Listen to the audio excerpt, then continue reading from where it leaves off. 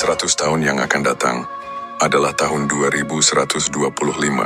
Kita semua sudah mati, terkubur di dalam tanah. Semuanya sudah tergantikan. Rumah yang kita bangun dengan susah payah akan ditempati oleh orang asing yang bahkan tidak kita kenal sama sekali. Kendaraan yang kita beli dengan cara menabung sudah rusak, tidak menjelma lagi. Aset yang kita kumpulkan berpindah-pindah tangan, entah siapa pemiliknya. Saat itu semua yang kita miliki sekarang sudah tidak ada lagi. Kita akan berada di dalam kubur selama 100 bahkan mungkin 1000 tahun lamanya. Tidak ada yang mengenal kita. Bahkan saat ini pun kita tidak mengenal kakek buyut kita 100 tahun yang lalu. Ternyata benar, hidup ini singkat dan hanya senda gurau belaka.